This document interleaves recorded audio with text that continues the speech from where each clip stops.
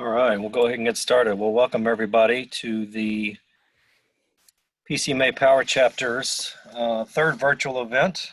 My name is Will Engel, and I am the Education Chair for PCMA Power Chapter, and we're excited to bring you some good information today on data privacy in an online world. So just want to again welcome everybody. Just remind you that this is being recorded. So and then we will make it available to folks after it's over. So just want to tell you a little bit about the Power Chapter. I know we have some non-members on the call today, and so PCMA Power Chapter serves members out of Pittsburgh, Ohio, West Virginia, Erie region, and now extending some into Kentucky. I'm actually based out of Lexington, Kentucky. So we want everybody to get involved. We're excited about the direction our chapter is going. We're excited about the things going on, and you know, we're excited to be a part of the recovery, right? I think if you're a PCMA member, you probably saw the communication sent out yesterday from the headquarters CEO, sheriff, and about the steps they're taking for recovery. And so we're excited to come alongside them and be a part of that as well. So we'd love to have you involved. There's the pcmapower@gmail.com where you can email, get more information. There's also our website, power.pcma.org. Want to just thank our sponsors real quick. We're thankful for Louisville Tourism, one of our 2020 collaborative partners. You know, of course, they're like the rest of us looking forward to brighter days, as they say. So looking forward to see what the recovery brings, and you know, as they open their new convention center or their redone convention center and the brand new Omni there. When we start meeting face to face again, be sure to go and check out what Louisville has to offer. Also want to thank Shepherd Events and Expo Company, another 2020 collaborative partner. And as we get back into live events again, and you've got a trade show, take a look at Shepherd and see all the things that they can do for your event. Just a couple of quick housekeeping notes. So we're going to have everybody muted throughout the presentation, and we'll keep you know, you can use the chat certainly, but any questions or anything that you want to comment on, we ask. There's going to be a question, or there should be a question answer period towards the end, where Terrance will be happy to answer some questions and engage with folks who may want to talk about the presentation. But we'll keep everybody muted during the presentation, and then we'll have that Q&A time at the very end. So with that, I want to introduce PCMA Power Chapter's President, Carl Peterzak, who will welcome everybody and introduce our speaker. Thanks, Will. Yeah, I want to thank Will Engel, who's our Education Chair, for putting this event together. And also thank our sponsors for helping us make all this possible. And, you know, as we continue in this COVID-19 world, virtual events are really important. And today's topic really couldn't be more timely. Our presenter, Terrance Barkan, is going to take us through data protection in an online world. And as, you know, all of our organizations, you know, ramp up their online engagements coming out of COVID-19 and getting their messages out to members and prospective members and clients and supporters, it's really important to know, you know, kind of what, you know, what's appropriate and what we need to pay attention to as rules are changing a little bit. So I want to thank Terrance. I'm going to introduce him here. So Terrance Barkan, for more than 25 years, he has been building international trade associations and professional organizations on a global basis. His international management career has taken him to more than 60 countries on 6 continents around the world on association strategy development projects. He served as the executive director for a number of global and multinational organizations and was the founder of the very first truly global international association management company. In 2009, Mr. Barkan founded GLOBALSTRAT, a specialized consulting practice that uses a proven process-based approach to developing international business plans for associations. GLOBALSTRAT provides independent expert advice for associations on how to develop their international growth strategies and business plans. So I think Terrance is uniquely qualified to lead us through today's topic. And with that, I want to welcome Terrance and thank you very much for your time and presentation today. Thank you. Well, thank you, Carl. Really appreciate that, and Will as well. And thank you to PCMA for the opportunity to speak to you. Let me just make sure I can get my share up here. If you're okay, are we seeing data protection in an online world? Okay, perfect. Well, thank you again. I really appreciate it. And especially with what's gone on with COVID-19, everybody in lockdown, we've all learned how to use Zoom by now or some other online platform. And we've also learned what everybody's home looks like, because we get a lot of insights into these meetings. So as these large in-person events have been transferred to be virtual events, it's raised another aspect, and that is how do we manage the data that we're using, because it can be even more tricky with these online environments because we don't know necessarily where people might be logging in from, and therefore we might not know what jurisdiction applies, et cetera. So as Carl's already introduced, I've had a lot of experience working with nonprofits around the world, and one of the aspects I had to learn about to be aware of and to be legally compliant was what kind of data protection regulations do we have to comply with. And so, you know, with the online world, as I mentioned, it becomes even more complicated for us to know how to comply. And in particular for associations, companies, event organizations, et cetera, there's actually two aspects. One is we have a lot more delegates now, and we're getting and managing their data, but also employees are working from home. And that's another aspect that we shouldn't forget about, is that we have increased exposure because people are working remote, so they might be outside of a controlled environment in terms of data protection, in terms of security. So it opens up more vectors for hacking and hence data breaches, which then comes back to what the real theme here with data protection is risk mitigation for your organization. So that's what we're going to talk about. So the one overriding thing I'd like to emphasize, because we're going to talk about not only the US data protection regulations, but international regulations, and in particular, the GDPR, the General Data Protection Regulation out of the EU. So some of you might be thinking, well, you know, we don't operate in the EU, so why do we need to pay attention to that, et cetera? And my argument is we're not doing data protection compliance because we have to. We're doing it because it's best practice and how you should be running your organization. And in particular, because now your members, your customers expect responsible stewardship of the data that you have on their behalf. And we're going to look at these basic principles that apply, because we have to also not only think about the laws that are in place today, of which there are several, but there are laws that are in the works that will be coming into effect in the days, years, and months ahead of us. And then we want to understand, how do we possibly comply with all these different jurisdictions and different regulations with ideally one set of processes and approaches. And we're going to talk about the rights of the data subjects or the individuals. What's really important is to understand what is the legal basis under which you acquire and maintain and share and use personal data. All of us, including what we're doing right now, we're on Zoom, we're on a platform, and that platform actually holds our individual data, but it's on behalf, in this case, of PCMA as a client in using that platform. And so the question arises, you know, who has what responsibility here? Is it us? Is it Zoom? You know, et cetera.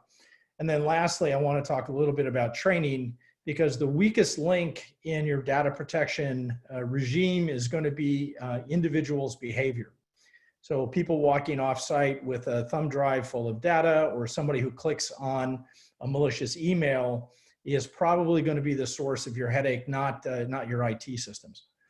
So with that, this is really difficult to read because there is so much information packed into this. But what I'm showing here is from the IAPP, is they have a table compiled of the different data protection regulations that are either in place or under consideration in the United States.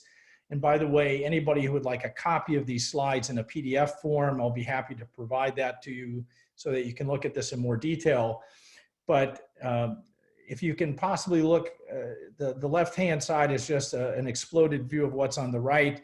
And that's a list of all these regulations going in. These columns from left to right are draft legislation in committee being considered, past the House. And the red column, or the red indication, is where legislation has actually passed. And so we have the California Consumer Privacy Act, which we will talk about briefly now. And then there's a law that was passed in Maine and also in Nevada. But what you can also see is all the states that have legislation pending and are considering. And many of these, and especially the Consumer California Act, have been modeled on the GDPR, the General Data Protection Regulation out of the EU, which remains, one of the most comprehensive, stringent data protection regimes on the planet. And all of these regulations share a lot of similarities. And what I want to show, what's difficult to read here up at the top, and that we will discuss through different lenses, is these are the different rights. So for example, you have the consumer rights, or the individual's rights, so right of access to the data that they have, right of rectification or correction, the right to be deleted, which in the GDPR terms is this right to be forgotten, to be removed, a right of restriction to regulate how the data is used, portability, meaning you can get a copy of it, opt out means don't talk to me anymore, right against automated decision making, and that has a lot to do with credit rating and that sort of thing. So in other words, making decisions on whether somebody's eligible for a service or not purely on automated criteria can be restricted, et cetera. And then you have the rest of these are business obligations, which they're not written in exactly the same way, but both the rights of consumers and the obligations of businesses, or in the GDPR parlance, the data controller, are very, very similar. And so we're going to see that. And the reason why they're so similar is they're based on very similar principles. So for the data protection regulation in California, it applies to California residents. And that includes when that California resident is not actually physically in California at the time. So if they happen to be visiting someplace else, but they maintain their residency in California, the law still protects them and their data. The law is really written to address for-profit entities of a particular size and volume. And therefore, for the most part, most nonprofits and small businesses do not strictly fall under the regulation. There will be some in our community, especially in the nonprofit community, who might argue that regardless of how the law is written and defined, that it still applies to nonprofits. But strictly the way that it's written, it's for businesses of more than 25 million US revenue, or they process more than 50,000 California resident records, or more than half of their revenue is derived directly by selling personal information on California residents. At which point I'm going to share with you my biggest bugaboo, and many of you will have seen this, is despite these increasing regulations on data control and handling, I'm still astounded at the number of entities that want to sell me the event registration list. And what's crazy is now, because of COVID, they want to sell you the event registration list for events that never took place. So there's really rampant abuse from some quarters still with list selling and handling of personal data. And so from that perspective, I certainly would welcome a little better regulation on this.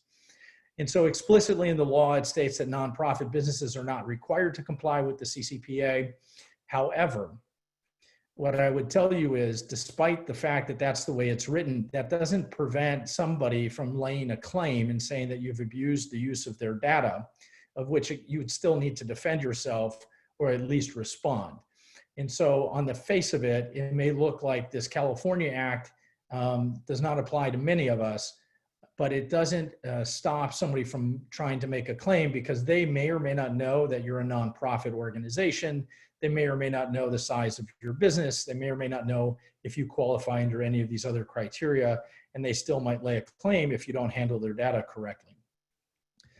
And so penalties, which are quite different in the way that the GDPR is applied, and we'll talk about that next, is these are on a per violation basis, $2,500 per violation and $7,500 per intentional violation. So for example, if Facebook were instructed that they had bad data protection practices in place, and they knew that and they didn't change their behavior, then it becomes an intentional violation in which the penalty is threefold greater than otherwise. And then once you're notified that a complaint has been filed by the state attorney general, you have 30 days to come into compliance, which will allow you then to avoid penalties. And I'll say the same thing coming up with the GDPR. For organizations in our space to really get in trouble with data protection, I would suggest you really must be making an effort to get to the point where you become fined. And what we're going to talk about today is the two faces of this. One is you want to be compliant because you want to avoid risk, and you certainly want to avoid criminal or civil penalties for not complying with the regulations. But the flip side, the positive side of this, is to show your members and to show your customers that you're a good steward of their data, that you're a responsible organization, and you can turn this into a very positive attribute to say that you handled their personal data responsibly. And so next I want to talk about the GDPR, and I know I'm speaking a little bit rapidly here, but I want to get through a lot of information and make sure we still have plenty of time for Q&A. The GDPR was actually brought into effect in 2016 with a 2-year implementation period. So that made it May 2018 when it actually came into legal effect and enforcement. So now we've had 2 years of this law being used, under which claims have been made and penalties and fines have been applied. It concerns the processing of personal data, just as the California law does, and personal data can relate to pretty much anything that you could tie back to a person. That includes if you have a unique membership identification number for an individual, that number is still personal data because you know exactly to whom it relates. And so there's a lot of ways of defining information. So my advice to everyone is treat all the data you have that has anything to do with a human being as if it were personal data, because it probably is. The EU regulation is actually not that onerous to read. It's only 88 pages that covers the scope of the regulation, the responsibilities of both what's called a data controller. And so, for example, if I'm PCMA and I have data on my members, I'm the controller. But if I use a application like Higher Logic or an AMS system to process that data, those companies are data processors because it's PCMA's membership data, but I'm using a third-party processor to actually manipulate, manage, and use that data. So it talks about those responsibilities as well as the rights and responsibilities of the data protection authorities, which in the EU, there's a minimum of 1 per country, or in the case of Germany, there's 1 per German state. The rights of the data subjects, that means people. And then what are the penalties or other remedies if there's a violation? So as I've already mentioned, personal data can be anything. It can be a fingerprint, it could be a physical description, it could be a photograph, it could be an ID number, it could be quite a number of things. So when we think of personal data, it's just not name, social security number, email. It's not just those things. It's much, much more than that. And so we need to bear that in mind. The other thing that I'll probably say more than once is this also does not just relate to digital data. So if you have paper records, and some of us still have paper records, if you have paper records, or if it's written in stone, or whatever the medium happens to be, it still applies. This refers to data, not how it's stored. So it's not just the electronic data. So the data controller and the data processor, these concepts are really important under GDPR in a number of ways. The data controller, as I tried to give the example, if I'm PCMA or if I'm ASAE or if I'm Association XYZ, and somebody joins my organization, they have the impression that they're giving their data to me. But as we've seen in our work on other data compliance projects, there can be as many as 100 different vendors between meeting apps, communication apps, peer-to-peer networks, certification systems, you name it. There's all these different tools that we use in a modern organization today to manage ourselves. And almost all of them are sharing or using at least part of the personal data that we maintain on our members and our customers, contacts, employees, etc. And so the data controller is responsible for that data wherever it might propagate. The data processor can get you in trouble because if they screw up and they have a data breach, you're still accountable for the data that you placed on their platform. And so we need to have the concept that your data compliance and your data protection compliance is only as good as your weakest vendor in the system. Now, the next concept I'd like to move to, and we'll take questions at the end of all of this. So if you do have questions, do put it in the chat, write it down. We'll make sure we get to this.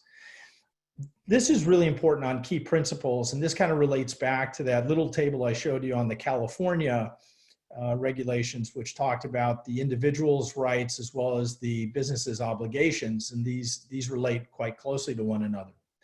The first concept is lawfulness, fairness, and transparency. In other words, you can't lie to somebody about why you're acquiring their data or how you're going to use it.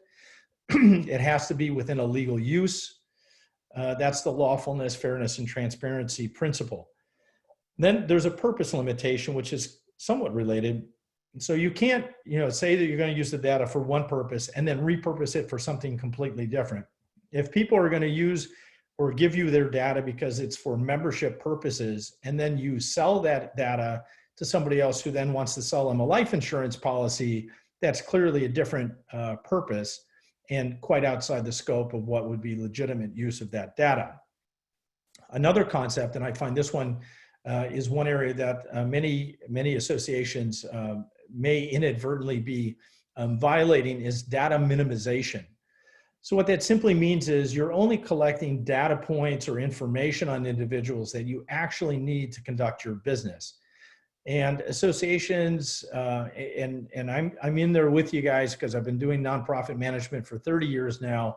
We're always interested in demographics and information and profiles and this sort of thing. And so we might ask questions that we're not really asking because we need it to conduct our business, but it's kind of interesting to know. Well, under the new data protection regulations, you really need to have a purpose why you're asking. Just being interested for demographic information is not really enough to satisfy the regulations. And so that's something you should be thinking about, is only collect the data that you really need for a business purpose.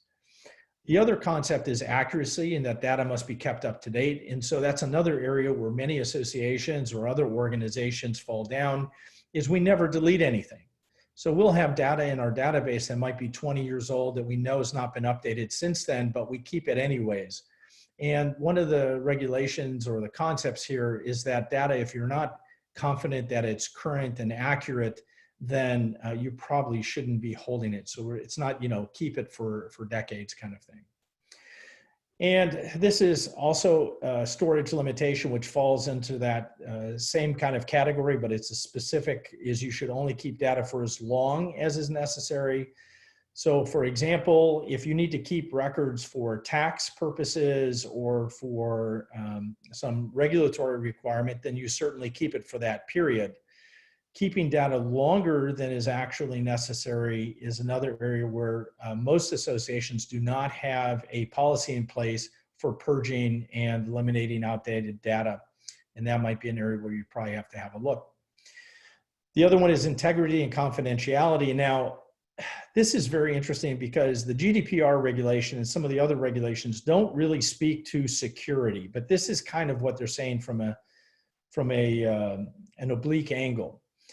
And we've seen from studies that the biggest reason why organizations get a breach is because they've been penetrated by a phishing attack. So somebody sends a malicious email that looks legitimate, and there are so many examples, and they're getting very sophisticated now. They look, your Amazon purchase confirmation that isn't an Amazon purchase confirmation, but it looks just like it, or the UPS delivery one, et cetera. No longer is it, the king from Nigeria wants to send you $3 billion and it's an obvious fake email. It's now a much more sophisticated type phishing attacks where they try to put a malicious virus on your system, and then that's how you get a breach, and now you're in trouble. So this is an area that's not explicitly called out as much as it could be in some of these data protection regulations, but it's really talking about security. And again, your weakest point in your security chain is going to be personal behavior, training your people not to click on things they're not supposed to, or making sure that your volunteers aren't walking around with an Excel sheet of all their members and all that sort of thing that you don't know where that ends up.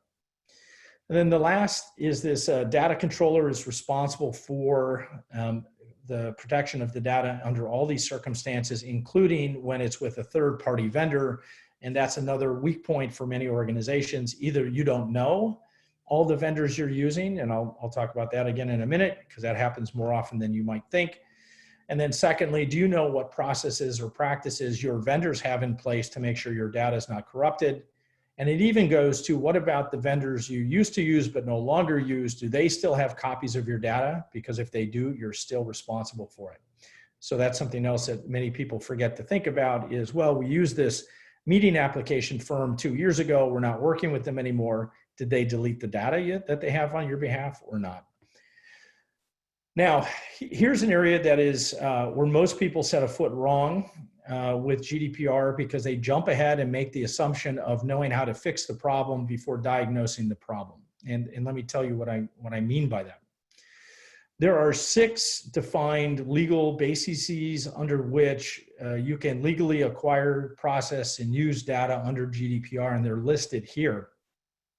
4 of them apply to nonprofits and most corporations. 2 of them are really more for governmental agencies or for public safety purposes. And most of us have heard about consent, and that is pretty much, you know, what it sounds like. The individual ticks a box that says, yes, I consent explicitly to give you my data for you to use in this particular manner. And I've had, especially when GDPR was such a hot topic, and the funny thing is, it's not like Y2O. GDPR didn't go away. It's just constantly there. So people who didn't comply 2 years ago, you're still not in compliance now if you haven't figured that out. But consent is not the panacea and the answer to everything. It's actually kind of like a trap door. And I'll explain what I mean by that. But consent is not necessary in many other instances. And honestly, consent is the least attractive bases on which you should be getting and using data. Because consent can be given, but consent can also be withdrawn. And once consent is withdrawn, you're done. You're not supposed to communicate with that person anymore. They have to come back to you of their own free volition and say, hey, I'd actually like to re-engage with you again. I've had associations who've made the decision, or I'm aware of associations who have made the decision to say, okay, we have all these members, but we don't have explicit consent on how to use their data. Let's go ask them. And you get in this really weird circumstance that you could have a member who has paid you a membership fee and for which you need to use their data in order to deliver those services. But if you go to them and say, do I get your consent to use your data in this way? And they say no, you have to actually stop communicating with them, which makes absolutely no sense whatsoever. But that's the way that would be, because you've chosen to rely on consent as the basis to use that data, as opposed to the next one listed here in the performance of a contract. So the performance of a contract can be anything like a membership dues that have been paid. It can be a webinar fee that has been paid, a meeting event attendance fee that's been paid, a book purchase. Any transaction in an exchange for money for a service or a product is a contract, and you need to use that data in order to perform the contract. So that's a very clear-cut legal basis and a solid legal basis. And so if you had somebody who's paid you a membership fee, you don't want to use a different legal basis. You want to use that legal basis. The next one here is compliance with a legal obligation. This is really much more either for governmental agencies, which need, like the Census Bureau, for example, to collect data on individual households because they need it because it's part of a legislative requirement. Or if your organization runs a registry. So for example, if you're a physician organization and you're required by state law to maintain a list of verified physicians, including continuing medical education credits, et cetera, and that's a legal registry obligation, then that would be the basis under which you would use. And that, again, is very solid basis. Vital interest is really public safety. So for example, if we have track and trace with COVID-19 and the local county or health authority needs to keep track of individual people who have been diagnosed, that becomes a vital interest for the protection of the individual and the greater good. This one doesn't really apply to associations. I have yet to see a particular association or entity where vital interest is the basis. And public interest is very similar to that. They're two very, very similar type uses. And these are the two that are primarily for governmental or regulatory agencies. The last one is a very, very interesting one, and one that's misunderstood or understood by many associations, and it talks about legitimate interest. Now, one could take a broad view of legitimate interest to saying, well, if I'm a car dealership, I have a legitimate interest to collect data on anybody who drives an automobile, and that's not quite what legitimate interest is. The reason why legitimate interest is very interesting, especially for nonprofits and for trade and professional associations, is that your mission statement almost invariably states that your purpose is to enhance the profession, elevate professionalism, safeguard the public, advance science, etc. So it's very much in the interest of people who are in your sector to receive information from you about professional practices, regulatory issues, standards, certifications, etc. So it's not difficult to document a link between your mission statement and legitimate interest as a basis to acquire and process data. So any of you who are in the marketing side of this and list acquisition side of this, the requirement is you have to make sure that if you are adding people to your database under the legitimate interest legal basis, is you also have a method for vetting and qualifying them that you know that they are in your profession and they would qualify to fall under that mission statement in that domain. But this is really, really an important one for you to think about, because it opens up more possibilities for you to continue to build your list, to engage with people. And I want to emphasize, legitimate interest in the GDPR is explicitly listed as a legal method for data acquisition and processing, which means they intended it to be used. And if you look at what associations do, as I mentioned, with a mission statement, it fits the bill pretty darn well. And so this is why I would say legitimate interest is far superior to getting consent and using consent as the basis. So consent becomes the last option. Consent is the one that somebody shows up on your website, you don't know what their profile is, you don't know who they are, but they want to hear from you, and so they give you consent to communicate with them. Legitimate interest is you find people who are in your sector who are, for lack of a better word, good prospects for potential membership or services, and you want to engage with them and add them to your database or distribution list. And if you do it right and you document it right, then you stay on the good side of the compliance regulations while still being able to build your list. So that's an important tip for all of you out there who are thinking, okay, consent is the silver bullet to keep us safe. And in fact, there's better ways of doing this. Okay, so let's move on quickly now to the penalties. And there's a gradual ramping up of what the data protection authorities can do. And again, these are under GDPR. There's less fine tuning or less graduation under the California regulations. It's either you're compliant or you're not compliant, you're fined or you're not fined kind of thing. The GDPR regulations, they can start with things like, you know, if you're speeding and the cop doesn't want to give you a ticket, they give you a warning. They make you aware. They can issue a restriction to stop you from processing, which for many of us would be equivalent to putting us out of business. They can instruct you to correct your practices, or they can impose a fine.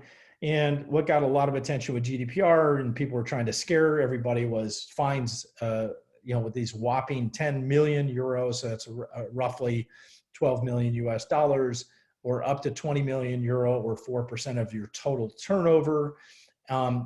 But to get fined, organizations have to egregiously and massively be abusing the way that they manage data. So if you get to this stage and you're actually fine, you probably deserve it. There's so many different ways to protect yourself before you get that far. Okay, here's another really important tip. This has nothing in the regulation about it, but it's called data mapping. And this is a practice that you should do whether you're intending to become compliant with GDPR or not. And this is a practice that we work with organizations on to do because it gives you a lot of information. So to figure out where your gaps are in your compliance, we suggest to do what is called a data mapping exercise. And it starts with, how does data get into your organization? Do people fill out a paper form on site at your event and hand it to you, and then it gets eventually put into an electronic database? Do they do it online? Is it over the telephone? You know, how does data get into your organization? So where are the sources? That's step one. The second is to understand, okay, what is the basis? So if somebody's joining your organization, you know it's contractual. If somebody goes to your website and signs up for a newsletter that's free, that they want to hear from you, that becomes consent. If you're building a list that is well qualified and you're not asking for people's permission, but you're adding them in because it's a legitimate interest purpose, then that would be the purpose. So you have to match the data source with what is the legal basis for you to acquire and to continue to process that data. The next step in this process is, what type of data is it? Now, with the GDPR, they make a distinction between personal data, which is what we've been talking about, and sensitive data or special category data.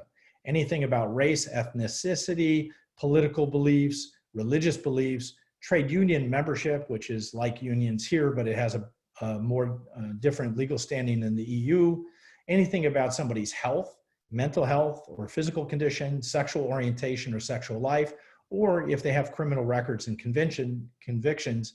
And we did have an association that is in the financial services side that did have a question on their membership application form about criminal convictions, because that was part of their requirements.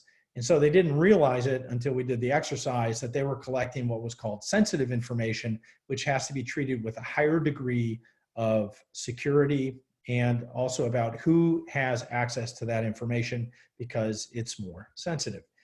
And so that's another, is you categorize the type of information, excuse me, I went backwards here, categorize the type of information that you're acquiring so that you know how it has to be treated.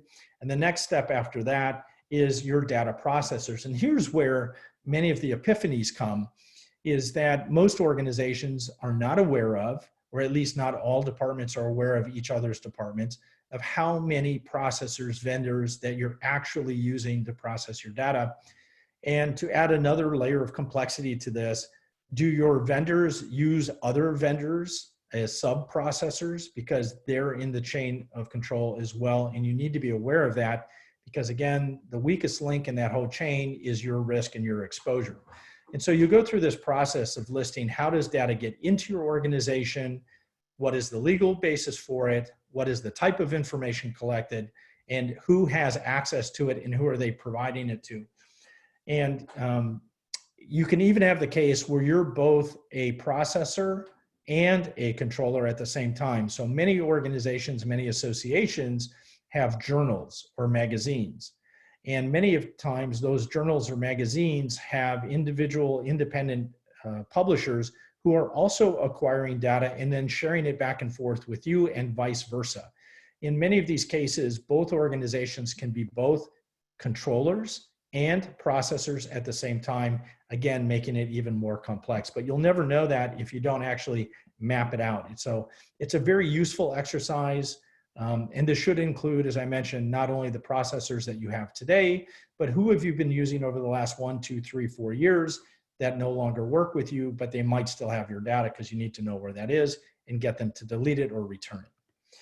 Okay, so here are some questions that we go through when we do a GDPR gap assessment with an organization. And I'm going to run through these fairly quickly, and then we can get to some questions here.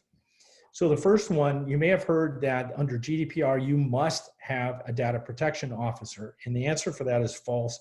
You do not have to, based on certain exemptions. And most organizations that we've ever seen in the association space fall under those exemptions, and therefore they don't have to have a data protection officer. And the other piece of advice I will give you is do not call somebody a data protection officer if that's not really what they are, because it has a legal standing. You can't just call somebody a data protection officer without understanding that it actually comes with obligations under the law. Another aspect is to make sure that all of your staff are aware of GDPR regulations. It does not mean making them experts in data protection regulations. It does mean making them aware of what the rights are of the people with whom they work. That means the customers and the members, and so that they know what is the correct behavior vis-a-vis the request that might come in from a member. Now, this also extends to senior management, and in particular, the board of directors. As we all know, the board of directors, who are volunteers, are nonetheless fiduciarily responsible to the organization. And therefore, if there was a violation and a claim against the association, it is the board of directors that ultimately are responsible and accountable for that.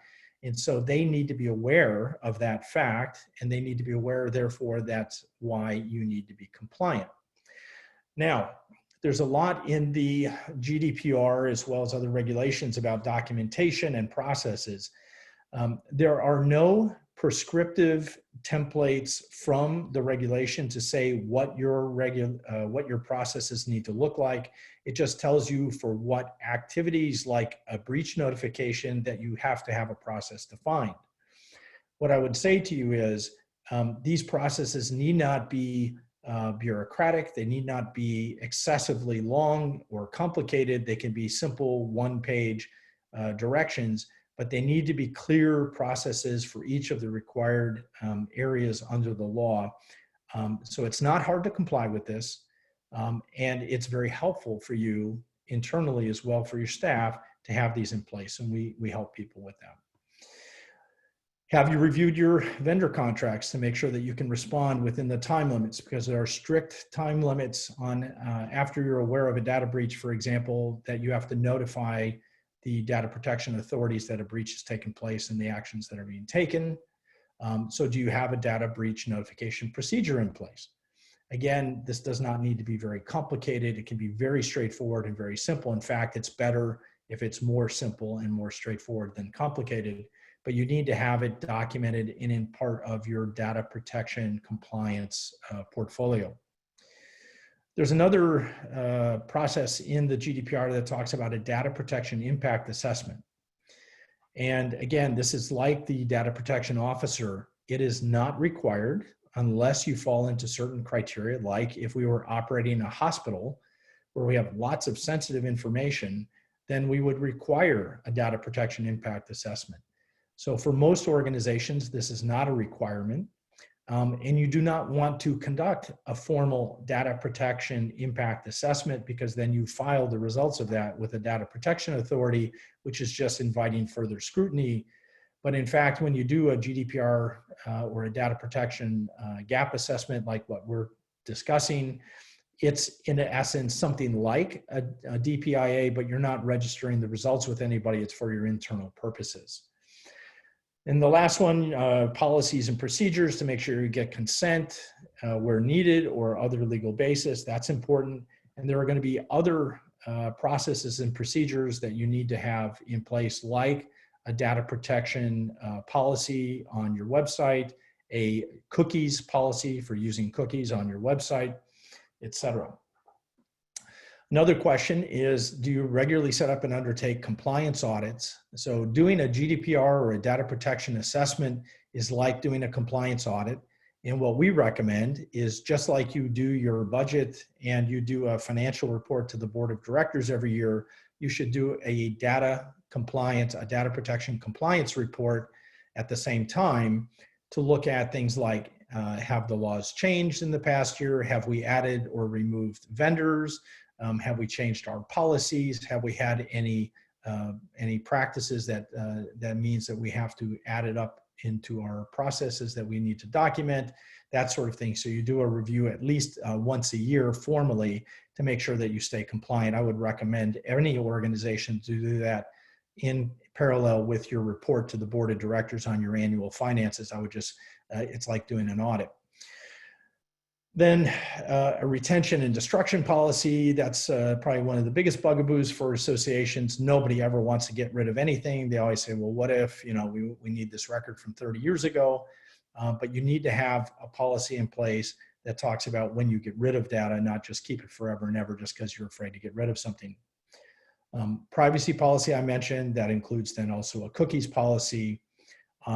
Do you know who to call if you do have a data breach and you have even just one record of one citizen in the EU? Means that you would be required to report that data breach.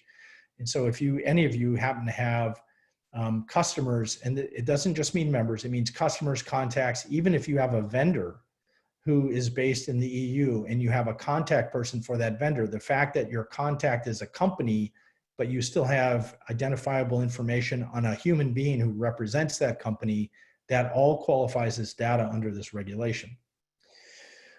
I mentioned the data mapping exercise, so that's listing every database system or application.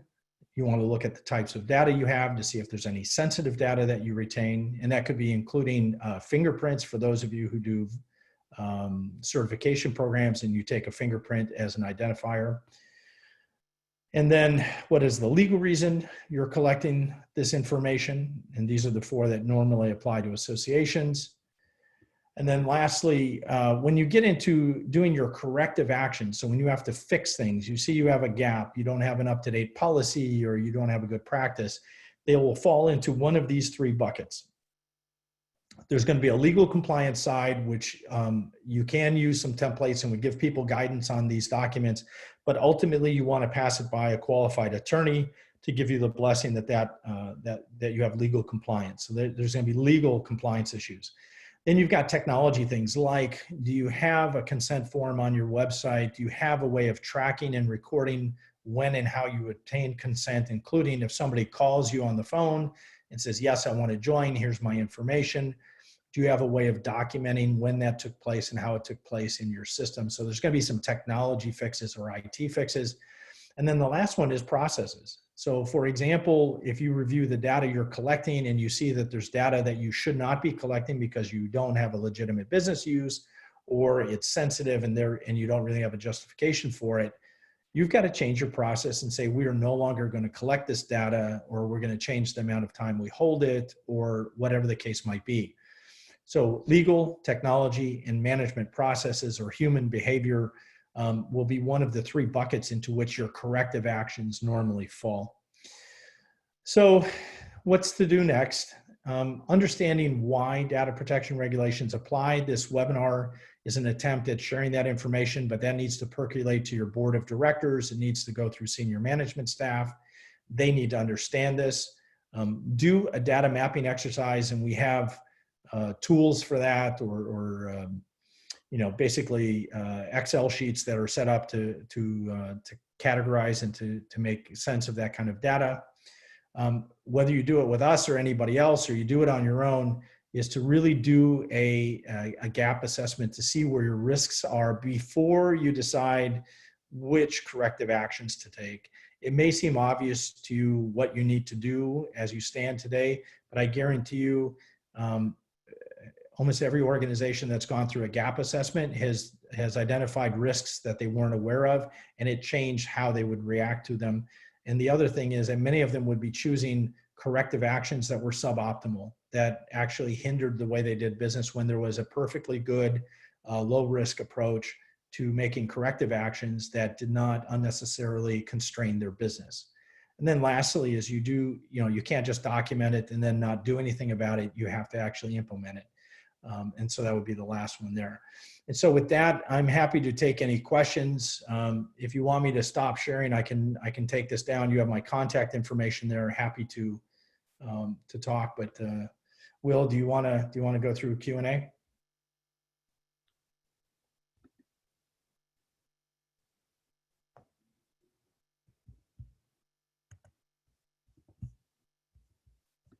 Hello?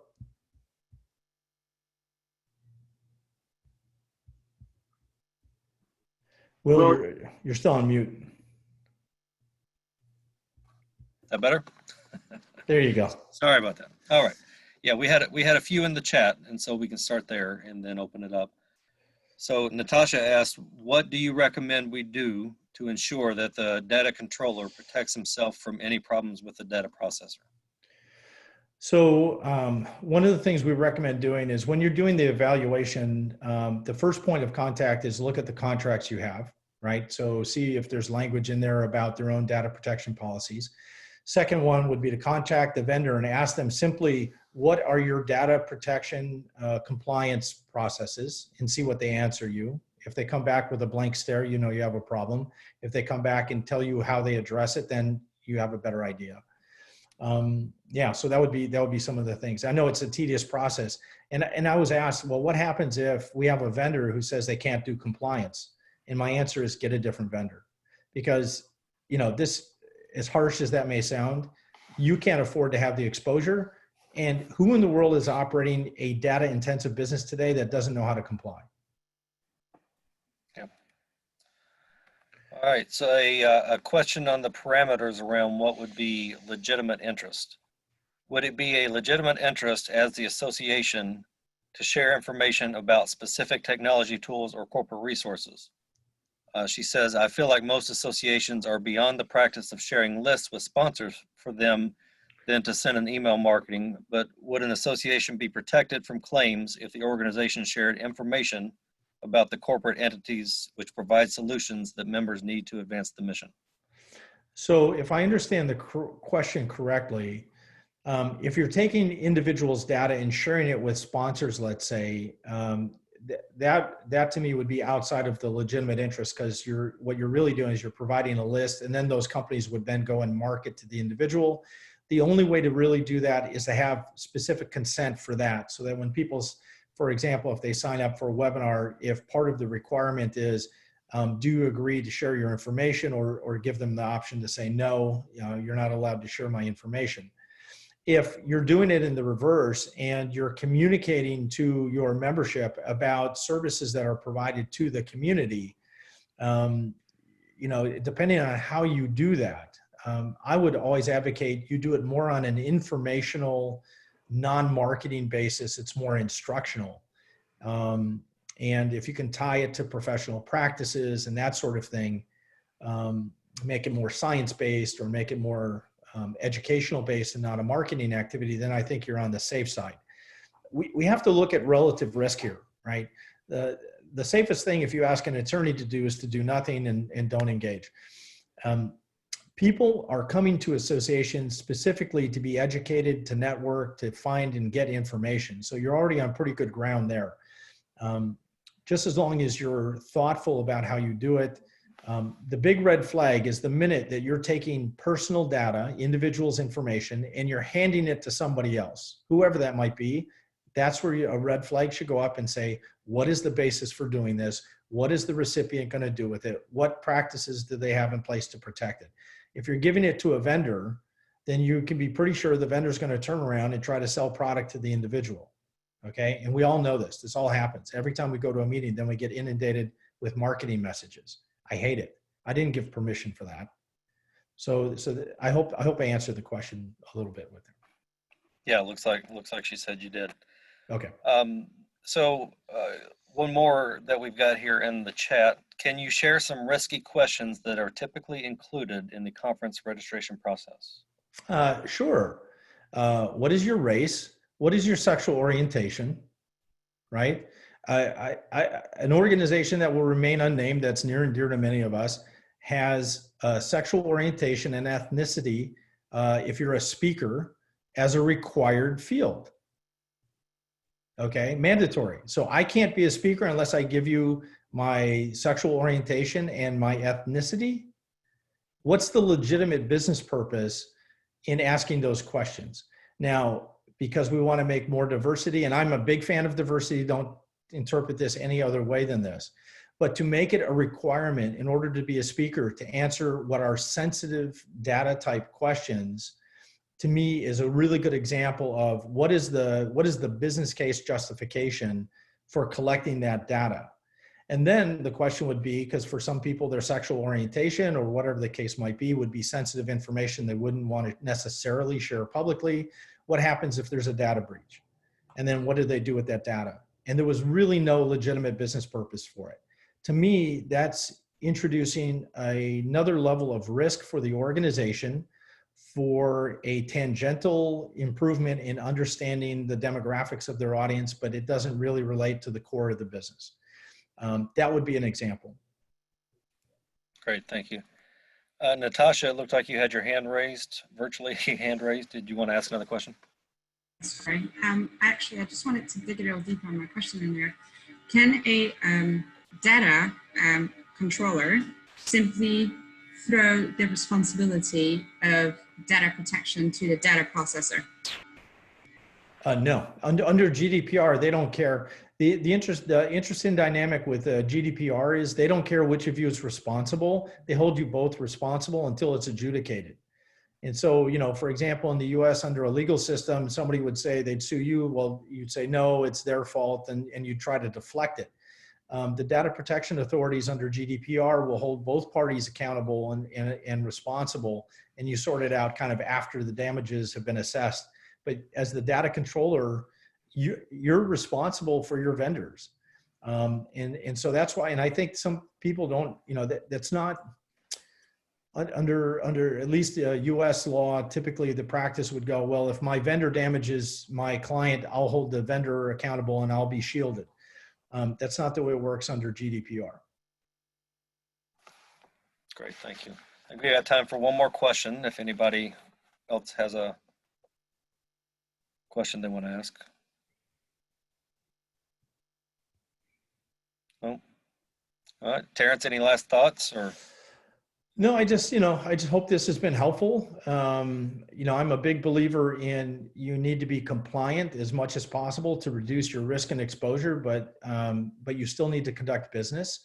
And I think there's enough latitude in the regulations to be on the safe side of the risk, but still giving you options for marketing, communication, engagement, et cetera. And so that's what, you know, that's, if you go to a lawyer to get advice on this, you're going to get only the legal risk mitigation aspect. If you go to an IT guy, you're only going to get the technology solution. This is really an organizational risk management approach. And so I think looking at the processes and the management steps, and then you have legal and technical fixes that have to fit into that, is the context under which I do this, if that makes sense. Yep. Well, thanks so much, Terrance, for your time and your expertise. And again, if there's anybody here needing more information or, you know, or looking to deep dive a little more within your own organization, please reach out to Terrance, who's, you know, obviously showing his expertise in this area. So, so thanks to everybody for joining. Join us next week. We have a joint event with some of our partners from the Ohio area. So check out the PCMA Power Chapter website for more information and to register on that. It's a panel hosted by Michael Dominguez, who many of you probably know. He's the CEO of ALHI. And so we're looking forward to that. But thanks everybody for your participation, and we'll see you with the next one. Thanks again. Thank you, PCMA, for letting me do this, and everybody, please stay safe. Thank you. Thanks, Terrance. Thank you, Terrance. Great job.